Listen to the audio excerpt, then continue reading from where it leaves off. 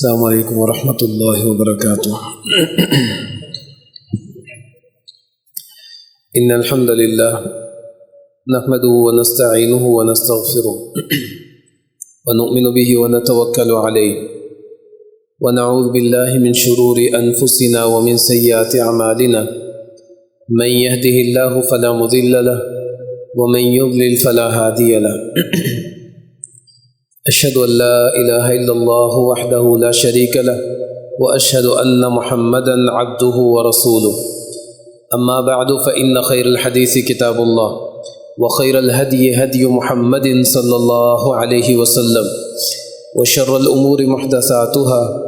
وكل محدثة بدعة وكل بدعة ضلالة وكل ضلالة في النار۔ اعوذ باللہ السمیع العلیم من الشیطان الرجیم من همزه ونفخه ونفثه بسم اللہ الرحمن الرحیم۔ یا ایہا الذین آمنوا اتقوا اللہ حق تقاته ولا تموتن الا وانتم مسلمون۔ یا ایہا الناس اتقوا ربکم الذی خلقکم من نفس واحدہ وخلق منها زوجها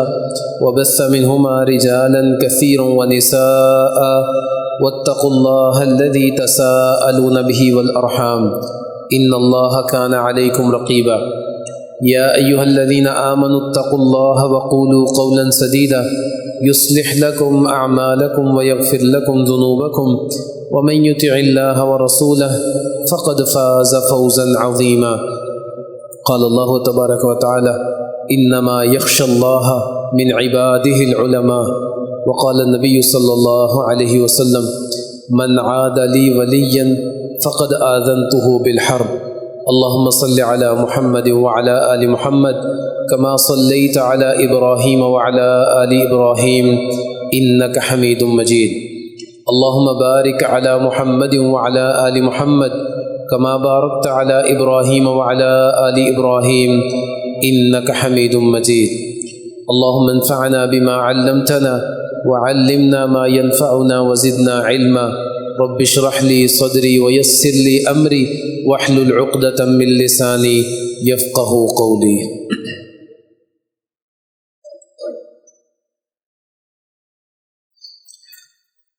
اللہ تعالیٰ نے جب آدم علیہ السلام کو اور ان کی بیوی کو جنت سے نکالا، دونوں کو زمین پر اتار دیا گیا، اور اس وقت اللہ تعالیٰ نے یہ کہا کہ فَإِمَّا يَأْتِيَنَّكُم مِّنِّي هُدًى فَمَن تَبِعَ هُدَايَ فَلَا خَوْفٌ عَلَيْهِمْ وَلَا هُمْ يَحْزَنُونَ۔ اب میری طرف سے زمین پر زندگی گزارنے کے اصول و ضوابط، ہدایت و رہنمائی وہ نازل کی جائے گی۔ جو بھی ان اصولوں کے مطابق زندگی گزارے گا یہ کامیاب ٹھہرے گا، اور جو ان اصولوں کو ترک کر دے گا، ان کے مطابق زندگی نہیں گزارے گا، یقیناً یہ شخص دنیا میں بھی اور آخرت میں بھی ناکام لوگوں میں شمار ہوگا۔ اور پھر اس ہدایت کے نازل کرنے کا جو طریقہ کار اللہ تعالیٰ نے وضع کیا وہ انبیاء کی صورت میں۔ ایسا نہیں ہے کہ ہر شخص کو سمجھا بجھا کر بھیج دیا گیا ہو، بلکہ اللہ نے مختلف ادوار میں اس دور کے مطابق مختلف اصول و ضوابط دے کر انبیاء کو نازل کیا۔ ان انبیاء کے ساتھ کتب بھی آئی، مختلف صحیفے بھی تھے، اور وقفے وقفے سے فرشتوں کا نازل ہونا اور مختلف احکامات ان کو وضع کرنا یا ان کو تبدیل کرنا، یہ بھی ان ساری چیزوں میں شامل ہے۔ تو وہ ہدایت جس کو کامیابی کی دلیل اور ضمانت کہا گیا، اللہ نے اس کو نازل کیا انبیاء کی صورت میں۔ جو بھی انبیاء کی پیروی کرے گا، ان کے پیچھے چلے گا، ان کی بات کو مانے گا، تسلیم کرے گا، ان کے عزت اور وقار کو سمجھے گا، یہ کامیاب ہو جائے گا۔ ایسے لوگ جو ایسے دور میں آئے جس دور میں نبی موجود نہیں تھا، اب وہ علم کو حاصل کریں گے، اس اس نبی کے جو پیروکار ہیں، اس کے ماننے والے ہیں، اور اس نبی کا جو علم ہے اس کو سنبھالنے والے جو لوگ ہیں ان لوگوں کی پیروی کرے گا، ان سے علم کو حاصل کرے گا، تبھی یہ شخص کامیاب ہو سکتا ہے۔ اسی طرح امت محمد صلی اللہ علیہ وسلم کا معاملہ ہے۔ نبی مکرم صلی اللہ علیہ وسلم جا چکے، آپ کے صحابہ بھی جا چکے، اب اگر رسول اللہ صلی اللہ علیہ وسلم کی وہ تعلیمات جو ہدایت پر مبنی ہے، جن کے ذریعے ہم ہدایت حاصل کر سکتے ہیں، ان تعلیمات کو اگر حاصل کرنا ہے تو پھر علماء، وہ جو راسخ علماء، علم کو واقعی ہی سمجھنے والے، اس کو حاصل کرنے والے، اس پر عمل کرنے والے علماء ہیں، یہ علماء ہیں جن کے ذریعے سے ہمیں علم پہنچے گا۔ کیونکہ محمد رسول اللہ صلی اللہ علیہ وسلم نے یہ کہا کہ ہم انبیاء کی وراثت مال و دولت نہیں ہوتی، بلکہ انبیاء کی وراثت علم ہوا کرتا ہے، اور العلماء ورثۃ الانبیاء، علماء وہ انبیاء کے وارث ہیں، کیونکہ علم وہ علماء کے ذریعے ہی آگے چلتا ہے۔ صحابہ کرام کی اگر پوری کی پوری جماعت کو لے لیا جائے تو سارے کے سارے صحابہ کرام وہ علم کو پھیلانے میں مصروف نہیں تھے۔ بہت سارے علماء تھے جو علم کو پھیلاتے، نبی کریم صلی اللہ علیہ وسلم کی حدیث سنتے اس کو آگے پہنچا دیتے، لیکن خالصتاً اس میدان کے جو شاہ سوار تھے وہ سارے صحابہ نہیں تھے۔ بہت سارے صحابہ تھے جو میدان جہاد کے اندر موجود تھے، بہت سارے صحابہ تھے جن کی اور بہت ساری ذمہ داریاں تھیں۔ جیسے نبی مکرم صلی اللہ علیہ وسلم کے پاس ایک شخص آیا اور آ کر کہنے لگا کہ یہ میرا ایک بھائی ہے، یہ آپ کے پاس بیٹھا رہتا ہے علم حاصل کرنے کے لیے، میں بازار میں رہتا ہوں، میں بازار میں جا کر کمائی کرتا ہوں اور محنت کرنے کے بعد کچھ روپے پیسے حاصل ہوتے ہیں مجھے، اس میں یہ بھی حصے دار ہے۔ ظاہری بات ہے میرے گھر میں رہتا ہے، میرا بھائی ہے، میں نے کھلانا ہے اس کو، لہذا آپ اس کو میرے ساتھ بھیج دیں، علم تو ہم حاصل کر لیں گے لیکن اب یہ میرے ساتھ محنت کرے۔ محمد رسول اللہ صلی اللہ علیہ وسلم نے کہا اس کو میرے پاس بیٹھا رہنے دو، وہ جو اللہ رزق تمہیں دے رہا ہے شاید وہ بھی اسی کی مرہون منت تمہیں دیا جا رہا ہے، اسی کی وجہ سے اللہ تعالیٰ تمہیں وہ رزق دے رہا ہے، یعنی یہ یہاں بیٹھا یہ علم حاصل کر رہا ہے، اس علم حاصل کرنے کی وجہ سے وہ جو تھوڑا بہت مال اللہ تمہیں دیتے ہیں اس میں بھی اللہ اتنی برکت دے دیتے ہیں کہ سارے گھر کے لوگ وہ راحت اور خوشی کے ساتھ زندگی بسر کر رہے ہیں۔ تو علماء وہ انبیاء کے وارث ہیں، ان کی اس معاشرے میں بہت ساری برکات ہوا کرتی ہیں، اور علماء جو علم کو پسند بھی کرتے ہیں، اس کو حاصل کرنے میں ہمیشہ مصروف بھی رہتے ہیں، اس کو پھیلانے میں بھی مصروف رہتے ہیں، اور اس علم کے اوپر عمل بھی کرتے ہیں، وہ علماء، اور وہی علماء انبیاء کے وارث ہوا کرتے ہیں۔ وگرنہ ایسے لوگ جن کا علم سے کوئی تعلق نہیں، جو چند ایک باتیں سیکھ کر لوگوں میں علامہ بن جاتے ہیں، نہ ان کا عمل ہے، نہ ان کی زندگی میں کسی طرح کا نور موجود ہے، لیکن ایسے علماء کے حوالے سے یہ نہیں کہا جا سکتا کہ وہ انبیاء کے وارث ہیں۔ تو ان علماء کو پہچاننا یہ ہم سب کی ذمہ داری ہے کہ ہم ایسے علماء کو پہچانیں اور ان سے اپنی معاملات کی آگاہی حاصل کریں، ان سے دین اسلام کے علم کو حاصل کریں، کیونکہ قرآن کہتا ہے فَاسْأَلُوا أَهْلَ الذِّكْرِ إِن كُنتُمْ لَا تَعْلَمُونَ، اہل ذکر وہ جو علماء ہیں ان سے اپنے معاملات پوچھو اگر تم نہیں جانتے تو۔ اور یہی قرآن کریم میں باقی معاملات کے حوالے سے بھی کہا گیا کہ اہل علم وہ تمہارے اندر موجود ہیں، لہذا ان کی عزت اور ان کے وقار کو پہچانا جائے اور ان سے علم کو حاصل کیا جائے۔ عبداللہ ابن عباس رضی اللہ تعالیٰ عنہ کہتے ہیں تم ہمیشہ ایسے شخص سے علم حاصل کرو جس کے بارے میں معتبر لوگ یہ کہیں کہ اس کو ہم نے علم حاصل کرتے ہوئے دیکھا ہے، یعنی ایسے علماء جن کے بارے میں تم جانتے ہو انہوں نے فلاں جگہ سے علم حاصل کیا، فلاں اس کے استاد ہیں، فلاں جگہ پر یہ تعلیمی سرگرمیاں جاری رکھے ہوئے تھا، فلاں جگہ پر اس نے فلاں شخص کو پڑھایا ہے، اس کو علم دیا ہے، فلاں لوگ اس کے تربیت یافتہ ہیں۔ کہا عبداللہ ابن عباس رضی اللہ عنہ نے ایسے لوگوں کو تلاش کرو جن کے بارے میں معتبر لوگ تمہیں یہ کہیں کہ انہوں نے علم حاصل کیا ہے اور یہ علم کے وارث ہیں، پھر ان سے علم حاصل کرو۔ اور اسی طرح محمد رسول اللہ صلی اللہ علیہ وسلم کے صحابہ کرام، بہت سارے صحابہ کرام وہ علم سے وابستہ تھے، اللہ کے نبی کی حدیث کو آگے پہنچایا کرتے تھے۔ یحییٰ بن معین رحمہ اللہ جو ایک بہت بڑے محدث ہیں، صحیح بخاری میں آپ کو بہت ساری احادیث ان کے مل جائیں گے، وہ کہتے ہیں کہ میں نے مسجد نبوی میں 50 سے زیادہ لوگوں کو ایسا دیکھا جو ستونوں کے ساتھ بیٹھے ہوتے تھے اور یہ کہا کرتے تھے کہ میں نے محمد رسول اللہ صلی اللہ علیہ وسلم سے سنا، یا پھر میں فلاں صحابی سے سنا، انہوں نے محمد رسول اللہ صلی اللہ علیہ وسلم حدیث اس طرح ہے۔ کہتے ہیں کہ میں ان سے احادیث نہیں لیا کرتا تھا، حالانکہ وہ بڑے امین تھے، بڑے صادق تھے، لیکن اس لیے میں ان سے یہ علم نہیں لیتا تھا کیونکہ وہ اس میدان کے شاہ سوار نہیں تھے۔ اور جب میں کسی عالم کو دیکھتا جو علم کے میدان کا شاہ سوار ہے، پھر میں اس کے قریب ہو جاتا، حتیٰ کہ اس کے قریب اتنی بھیڑ ہوتی کہ مجھے جگہ نہیں ملتی اس کے قریب ہونے کی۔ علماء سے متنفر ہو جانا، ان سے دور ہو جانا، یقیناً یہ ہمارے لیے گمراہی کا باعث ہے، کیونکہ جب ہم علماء سے دور ہو جائیں گے تو دین سے ہمارا تعلق آہستہ آہستہ کٹتا چلا جائے گا اور ختم ہو جائے گا۔ اور یہی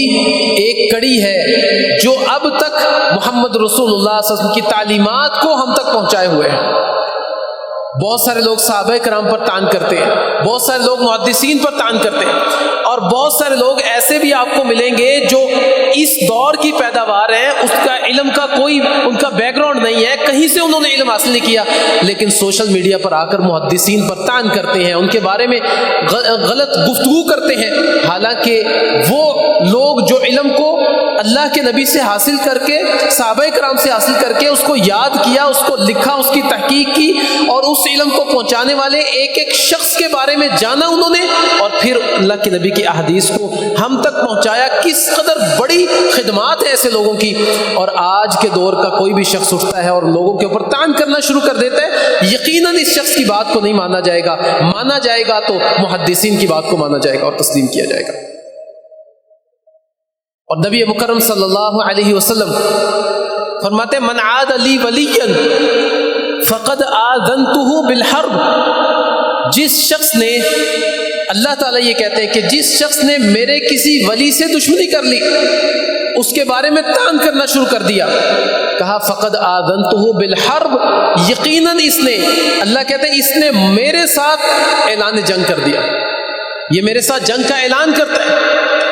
اور لوگوں میں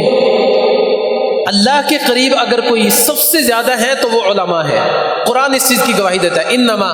یخشى اللہ من عبادہ العلماء، اللہ کے بندوں میں سے سب سے زیادہ اللہ سے ڈرنے والے اگر ہیں تو وہ علماء ہیں۔ کسی ایک عالم کی غلطی کو پکڑ کر سبھی کو رگڑا دے دینا، اور فلاں دیکھو جی ایسے کرتا ہے لہذا یہ سارے ایسے ہیں، ان کی بات کو نہ مانا جائے، حالانکہ وہ جو علم کو حاصل کرتے ہیں، جن کا مقصد علم کو پھیلانا ہے، ان لوگوں کی پیروی کرنی چاہیے، ہمیں ان کے پیچھے چلنا چاہیے، اللہ کے نبی کی تعلیمات کو ان لوگوں سے لینا چاہیے، ان سے حاصل کرنا چاہیے، یہی ہمارے لیے بہترین رہنمائی کا ذریعہ ہے۔ اور یہی علماء ہیں جو محمد رسول اللہ صلی اللہ علیہ وسلم کے دور میں بھی موجود تھے۔ اللہ کے نبی کے بہت سارے صحابہ ایسے تھے جو نبی کریم صلی اللہ علیہ وسلم کے پاس بیٹھتے، علم کو حاصل کرتے، اس کو آگے پہنچاتے۔ اللہ کے نبی نے بڑے بڑے فضائل ان لوگوں کے لیے بیان کیے، حتیٰ کہ وہ بندہ جو ان علماء سے برات کا اعلان کر دے، نبی مکرم صلی اللہ علیہ وسلم نے فرمایا لیس من امتی، وہ بندہ میری امت سے ہی نہیں ہے، من لم یجل علماءنا، جو ہمارے علماء کی قدر کو نہ پہچانے، جو ان کی عزت کو نہ سمجھے، کہا لیس من امتی، وہ میری امت میں سے ہے ہی نہیں۔ تو علماء وہ جو علم کے وارث ہیں، حقیقی وارث ہیں، وہ جو آپ تک قرآن کریم کی تعلیمات کو پہنچاتے ہیں، وہ جو محمد رسول اللہ صلی اللہ علیہ وسلم کے فرامین آپ کو سناتے ہیں، اصل میں علماء وہ ہیں۔ اور ایسے علماء، اگر آپ کہیں جی ہمیں تو پتہ ہی نہیں لگتا کون صحیح ہے کون غلط ہے، تو ایسے علماء جو اللہ کے نبی کی تعلیمات کو چھوڑ کر، نبی کریم صلی اللہ علیہ وسلم کے حدیث کو چھوڑ کر قصہ گو علماء ہیں، مختلف قصے سناتے ہیں، جھوٹ اور سچ کی کوئی تمیز نہیں ہے، تو ایسے لوگ علماء میں شمار نہیں ہوتے۔ علماء کا تعلق حقیقت میں علم کے ساتھ ہے، اور ایسا بندہ جو جاہل ہے یقیناً اس کا علم سے کوئی تعلق نہیں۔ اور بہت بار ایسا ہوتا ہے کہ بہت سارے فتنے سر اٹھاتے ہیں، علماء شور ڈالتے ہیں کہ بچ جاؤ ان کاموں سے، عام لوگ کہتے ہیں کہ یہ پتہ نہیں کیوں شور ڈالے جاتے ہیں، لیکن جب وہ فتنہ رونما ہو جاتا ہے، خوب اچھی طرح ظاہر ہو جاتا ہے، ہر شخص کو سمجھ آتی ہے، پھر لوگ اس کی طرف دیکھتے ہیں اور کہتے ہیں کہ فلاں بندے نے بالکل ٹھیک کہا۔ اور حسن بصری رحمہ اللہ نے اسی کے متعلق کہا تھا، وہ کہتے تھے کہ جب بھی کوئی فتنہ رونما ہوتا ہے تو سب سے پہلے علماء اس کو پہچانتے ہیں، لوگوں کو بتاتے ہیں، لیکن لوگ شور ڈالتے ہیں کہ نہیں یہ فتنہ نہیں ہے۔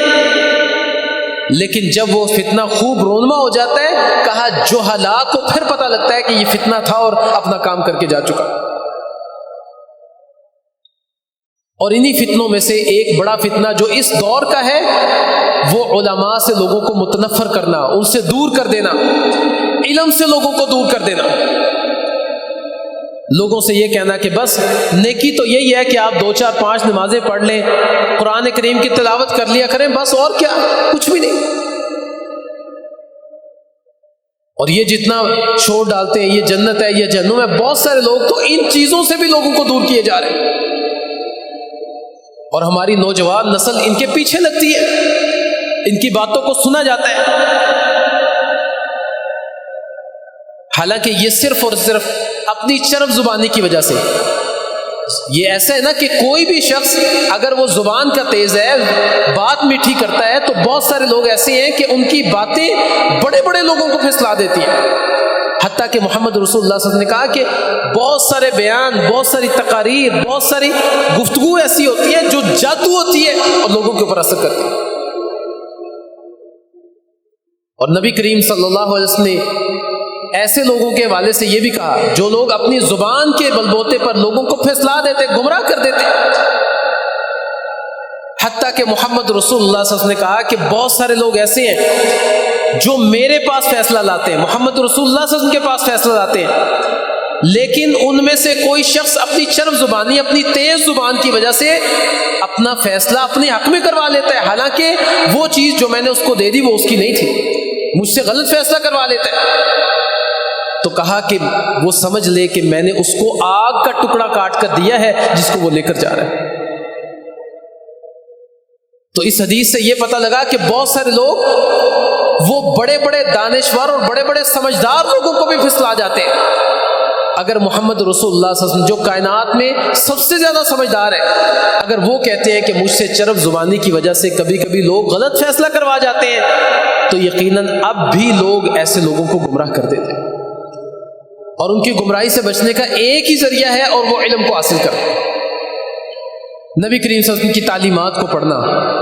ان تعلیمات کے تناظر میں محدثین نے ان کی کیا شرح کی اس کو پڑھنا۔ یقیناً وہ لوگ جنہوں نے نبی کریم صلی اللہ علیہ وسلم سے علم حاصل کیا، جو اپنے کانوں سے اللہ کے نبی کی گفتگو کو سن رہے ہیں، جب وہ کسی حدیث کی تشریح اور وضاحت کر دیں اس کے بعد کسی وضاحت کی ضرورت ہی نہیں ہے،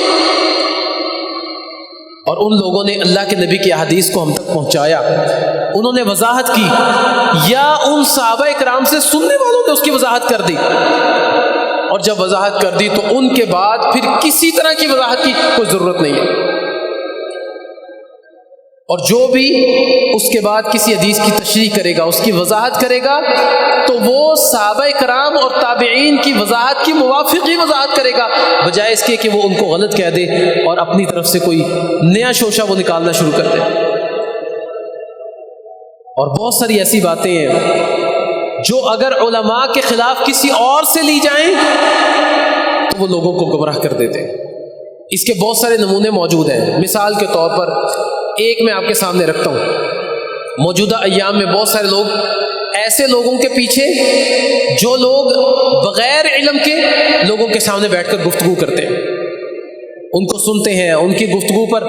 عمل بھی کر جاتے ہیں، بہت بار ان کو سچ بھی مان لیتے ہیں۔ انہی میں سے ایک شخص عائشہ رضی اللہ تعالیٰ عنہ، وہ جو نبی کریم صلی اللہ علیہ وسلم کے ازواج میں بہت زیادہ اللہ کے نبی کے قریب ہیں، جن کے بارے میں نبی کریم صلی اللہ علیہ وسلم نے کہا کہ عائشہ کو باقی خواتین پر ایسے ہی فضیلت حاصل ہے جیسے تمام خانوں کو پر سرید کو فضیلت حاصل ہے۔ وہ عائشہ رضی اللہ تعالیٰ عنہ جن کے بارے میں قرآن کریم کی آیات نازل ہوتی ہیں، ان کے حوالے سے ایک شخص جو اپنے آپ کو بڑے علم کا وارث کہتا ہے اور وہ بڑا چرب زبان ہے، وہ کہتا ہے جی کہ دیکھو عائشہ رضی اللہ تعالیٰ تو معاذ اللہ نبی کریم صلی اللہ علیہ وسلم کی بیوی ہے ہی نہیں. اور وہ دلیل کیا دیتا ہے؟ کہتے ہیں نبی کریم صلی اللہ علیہ وسلم نے علی رضی اللہ عنہ سے کہا تھا کہ عائشہ تم سے مقابلے کے لیے نکلیں گی، جب نکلیں تو ان کو ان کے گھر چھوڑ آنا. کہا دیکھو اللہ کے نبی نے کہا ان کو ان کے گھر چھوڑ آنا، لہذا نبی کریم صلی اللہ علیہ وسلم نے اپنے گھر سے نکال دیا معاذ اللہ. تو اس طرح جب آپ علماء کو چھوڑ کر ایسے لوگوں کے پیچھے لگیں گے جن کا علم سے کوئی تعلق ہے ہی نہیں، یقیناً وہ لوگ آپ کو گمراہ کر دیں گے اور علم سے کوسوں دور لے جائیں گے. اور اگر آپ یہ کہیں کہ علماء تو ہمیں یہ باتیں بتاتے ہی نہیں، تو پھر آپ کا تعلق ہی علماء سے کمزور ہے. ہر چیز کی وضاحت وہ موجود ہے، علماء نے وضاحت کی ہے. ہر فتنے کے آنے پر علماء نے اس سے آگاہ کیا، اس کے آنے سے پہلے بھی آگاہ کیا. جب آپ ان کے پاس بیٹھیں گے نہیں، ان کی گفتگو کو سنیں گے نہیں، ان کے قریب ہوں گے نہیں، ان سے تعلق ہی نہیں بنے گا، تو گھر میں بیٹھے ہی آپ کہہ دیں گے انہوں نے تو ہمیں بتایا ہی نہیں ہے. آپ ان کے قریب کتنا ہوئے، علم کو حاصل کتنا کیا ہے؟ تو جب علم اور علماء کے قریب ہوں گے تب آپ جہالت سے دور جائیں گے. لیکن اگر گھر بیٹھے ہی آپ ایسے کہہ دیں گے کہ علماء نے ہمیں سکھایا ہی کیا ہے، علماء نے اپنا حق ہی ادا نہیں کیا، تو یقیناً آپ علماء کے قریب آ ہی نہیں. بڑے بڑے علماء جو اپنے علم کا حق ادا کرنے والے موجود ہیں، آج بھی موجود ہیں، وہ لوگوں کو علم سکھاتے ہیں، نبی کریم صلی اللہ علیہ وسلم کے فرامین سناتے ہیں، وہ لوگوں کے مسائل کو حل کرتے ہیں، وہ شرعی رہنمائی لوگوں کی کرتے ہیں. اور اس چیز کو ہمیں سمجھ لینا چاہیے، اور یہ اس وقت حاصل ہوگی جب ہم علماء کو انبیاء کا وارث سمجھیں گے. تب وہ علماء جنہوں نے باقاعدہ علم حاصل کیا اور باقاعدہ وہ علم کو لوگوں تک پہنچا رہے ہیں، ایسے علماء کے پیچھے چلیں اور ان سے علم کو حاصل کریں. اور ایسا نہیں ہے کہ آپ کی عمر 40 سال ہوگی، 50 سال ہوگی، اب آپ کہتے ہیں ہم نے کیا کرنا ہے علم حاصل کر کے. نہیں، صحابہ کرام بڑی بڑی عمروں میں انہوں نے علم کو حاصل کیا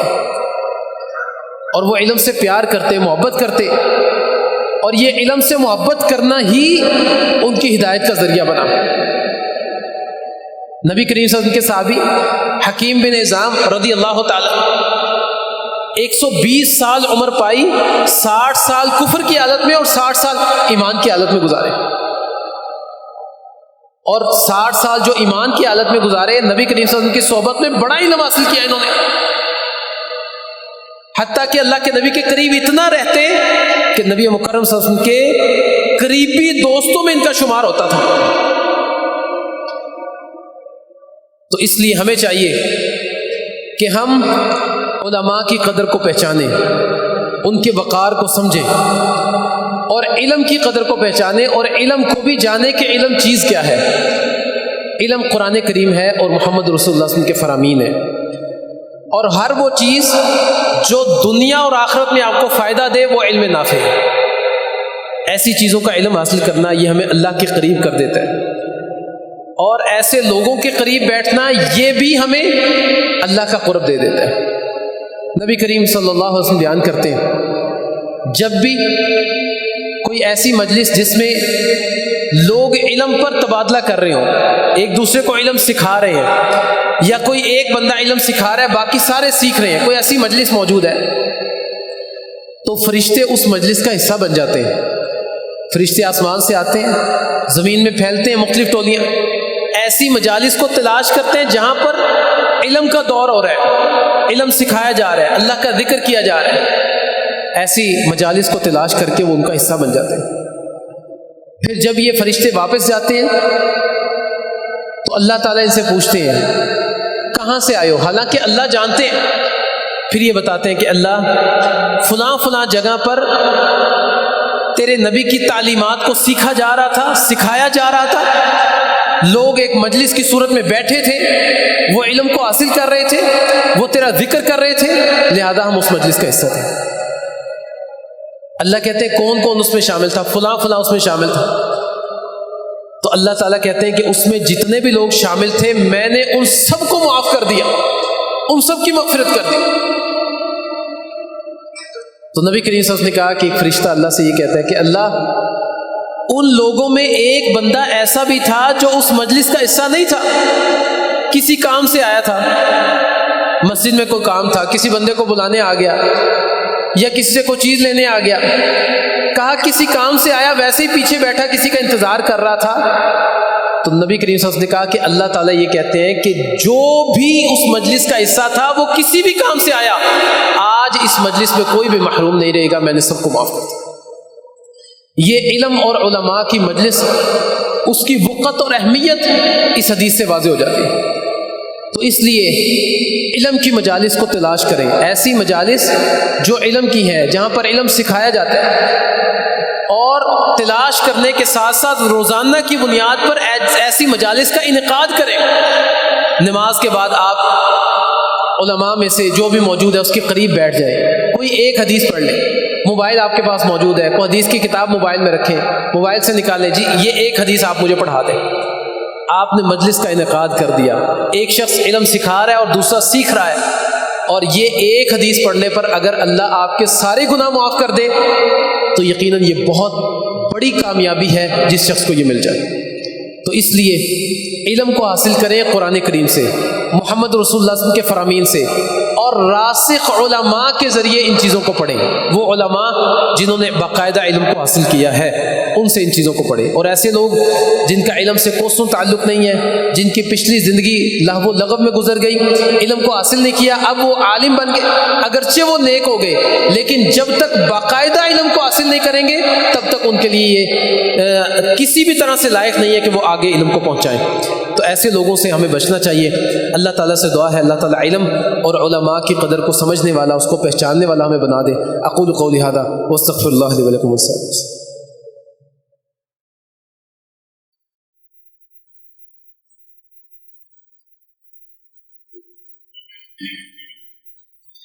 ان الحمد للہ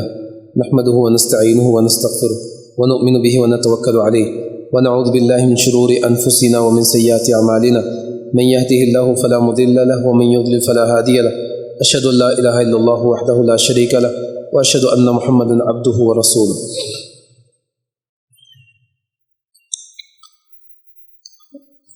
علم ایک بڑی قیمتی چیز ہے، اور اس کو حاصل کرنے کے لیے بھی ہمیں بہترین اور قیمتی لوگوں کا ہی تعین کرنا چاہیے،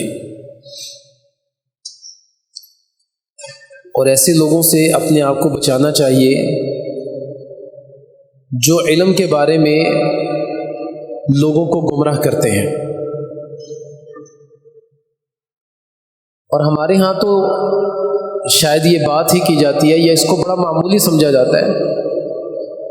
نبی کریم صلی اللہ علیہ وسلم کے صحابہ اس چیز کو بڑا سنگینی اور ایسا کرنے والے کو بہت بڑا مجرم تصور کیا کرتے تھے، جو علماء کو چھوڑ کر کسی ایسے شخص سے جو عامی ہے اس کے پاس بیٹھ کر علم حاصل کرنا شروع کر دے، یا ایسا شخص جو علم کو جانتا نہیں ہے اور جان بوجھ کر وہ لوگوں کو گمراہ کر رہا ہے، ایسے لوگوں کے قریب بیٹھنا صحابہ کرام اس کو معیوب سمجھا کرتے تھے۔ نبی کریم صلی اللہ علیہ وسلم کے صحابی خباب بن ارت رضی اللہ تعالیٰ عنہ ایک بار مسجد سے اپنے گھر جا رہے ہیں، تو ایک شخص جو اس دور میں نبی کریم صلی اللہ علیہ وسلم کی تعلیمات کو بیان کرتا تھا، اپنی باتیں اس کے اندر شامل کر کے، نئی باتیں شامل کر کے، خباب بن ارت رضی اللہ عنہ نے دیکھا ان کا بیٹا اس کے پاس بیٹھا ہے، دیکھ کر گھر چلے گئے۔ جب بیٹا گھر آیا تو انہوں نے کوڑا پکڑا اور کہا عمالقہ کے پاس بیٹھتے ہو، تم جانتے نہیں کہ وہ لوگوں کو بدعت سکھاتا ہے؟ اس کو مارنے لگے۔ تو اس لیے ہمیں بھی اس چیز کو بڑی گہری نظر سے دیکھنا چاہیے، کیونکہ کوئی ایک بات ہی ہماری ہدایت کا باعث بھی بن سکتی ہے اور کوئی ایک بات ہی ہمارے لیے گمراہی کا باعث بھی بن سکتی ہے۔ تو اس لیے ہمیں چاہیے کہ ہم راسخ علماء کا تعین کریں، ایسے علماء جنہوں نے باقاعدہ علم حاصل کیا اور باقاعدہ لوگوں کو علم سکھاتے ہیں، ان کا تعین کریں، انہی سے علم کو حاصل کریں، انہی کے پاس بیٹھیں۔ اور ایسے لوگ جن کا علم سے کوئی تعلق نہیں، اور سابقہ زندگی میں علماء سے کوئی تعلق نہیں، بس دیکھا دیکھی وہ چند ایک کتابیں پڑھ کے سوشل میڈیا پر آ کر بیٹھ گئے ہیں، ایسے لوگوں سے ہمیں کنارہ کشی اختیار کرنی چاہیے، بچنا چاہیے کہ ممکن ہے ان کی بہت ساری باتیں آپ کو اچھی لگیں، لیکن ان لوگوں کا علم سے کوسوں تعلق نہیں ہوتا۔ تو اس لیے علماء کی قدر کریں، اس کو پہچانیں، اور علم کی بھی قدر کریں اگر ہم واقعی ہی ہدایت کو حاصل کرنا چاہتے ہیں اور رہنمائی کی طرف جانا چاہتے ہیں۔ اور یہی ذریعہ ہے جو نبی کریم صلی اللہ علیہ وسلم نے ہمارے لیے بیان کیا ہے۔ علماء کے خلاف گفتگو کرنا، طعن و تشنیع کرنا، یہ بھی درست نہیں ہے۔ اگر کوئی شخص کسی میں کوئی کمی کوتاہی دیکھتا ہے تو اس کی اصلاح کر دے، وگرنہ باقاعدہ علماء کے خلاف گفتگو کرنا اللہ کے نبی نے اس کو پسند نہیں کیا۔ نبی کریم صلی اللہ علیہ وسلم کے صحابہ کرام ایک جگہ پر بیٹھے ہیں تو ایک شخص نے علماء کے متعلق گفتگو کی، کہا یہ جو علماء اور یہ قرآن کو پڑھنے والے ہیں نا، میدان جنگ میں کچھ کرتے نہیں ہیں یہ، اور دسترخوان پر بہت سارا کھانا کھاتے ہیں۔ ایک شخص نے کہا کہ تم نے یہ بات علماء کے حوالے سے، اللہ کے نبی کے صحابہ کے حوالے سے، قرآن پڑھنے والوں کے حوالے سے کیوں کی؟ میں تو اللہ کے نبی کو بتاؤں گا۔ کہنے لگا میں تو مذاق کر رہا تھا۔ اب یہ نبی کریم صلی اللہ علیہ وسلم کے پاس گیا اور جا کر کہا اللہ کے نبی فلاں فلاں بندہ ایسے کہہ رہا ہے۔ اتنے میں پیچھے وہ بھی آ گیا اور نبی کریم صلی اللہ علیہ وسلم کے چہرے کا رنگ تبدیل ہو گیا اور کہنے لگا اللہ کے نبی میں تو مذاق کر رہا تھا۔ نبی کریم صلی اللہ علیہ وسلم نے اس کی بات نہیں سنی، آپ اپنی سواری پر سوار ہوئے اور چل دیے، یہ پیچھے ہے۔ اللہ کے نبی مذاق کر رہا تھا۔ نبی کریم صلی اللہ علیہ وسلم نے اس وقت کہا کہ قل اب اللہ و آیاتہ و رسولہ کنتم تستہزئون، کیا اللہ، اس کا رسول، اس کی آیات ہی تمہیں ملی ہے مذاق کرنے کے لیے؟ اس کے علاوہ کوئی چیز نہیں تھی مذاق کرنے کے لیے؟ لا تعتذروا قد کفرتم بعد ایمانکم، کوئی عذر قبول نہیں ہوگا، یقیناً تم نے ایمان لانے کے بعد کفر کیا ہے۔ ہمیں اس چیز کو سمجھ لینا چاہیے جو اللہ کے نبی نے بیان کیا۔ قرآن کریم کی آیات ہیں یہ، لا تعتذروا قد کفرتم بعد ایمانکم۔ جو اللہ، اس کے رسول، اس کی آیات کے ساتھ استہزاء کرتا ہے، مذاق کرتا ہے، تو اللہ کے نبی کہتے ہیں کچھ اور نہیں ملا تھا تمہیں مذاق کرنے کے لیے، لہذا لا تعتذروا قد کفرتم بعد ایمانکم، تمہارا عذر قابل قبول نہیں ہوگا، تم نے ایمان لانے کے بعد کفر کیا۔ تو ہمیں ان چیزوں کی سنگینی کو سمجھ لینا چاہیے۔ علم کو حاصل کریں، علم نافع بہت زیادہ فضیلت کا کام ہے، لیکن جس قدر اہمیت علم کی ہے اسی قدر اہمیت علم کو سکھانے والوں کی ہے۔ لہذا جیسے آپ علم کا تعین کریں گے، سب سے بہترین علم نبی کریم صلی اللہ علیہ وسلم کی احادیث اور قرآن کی صورت میں، اسی طرح علم جس سے حاصل کیا جائے گا اس کا بھی تعین بہترین ہی کیا جائے گا، اور وہ علماء کی صورت میں، وہ علماء جو انبیاء کے حقیقی وارث ہیں اور علم کو سمجھنے والے۔ اللہ تعالی ہم سب کو علم کو سمجھنے والا، اس کے مطابق اپنی زندگیاں گزارنے والا بنا دے۔ اللہ تعالی ہمارے علماء کی بھی اصلاح کر دے، وہ جو علم کو حاصل کرنے کے بعد عمل سے دور ہے، اللہ تعالی ایسے علماء کو باعمل بنا دے اور ایسے علماء کو لوگوں کی ہدایت اور رہنمائی کا ذریعہ بنا دے، اور اللہ تعالی ہمارے علماء کے دلوں میں عوام کی قدر بحال کر دے، اور ہماری عوام کے دلوں میں علماء کی قدر اور منزلت کو اللہ تعالی بحال کر دے، ایک دوسرے کے مرتبے کو، ایک دوسرے کی منزلت کو سمجھنے والا بنا دے۔ اللہ تعالی ہر طرح کے خیر کے فیصلے ہمارے لیے کرے، ہر طرح کے شر سے ہم سب کو محفوظ فرمائے۔ اللہ تعالی سبحان ربک رب العزت عما یصفون وسلام علی المرسلین الحمد للہ رب العالمین۔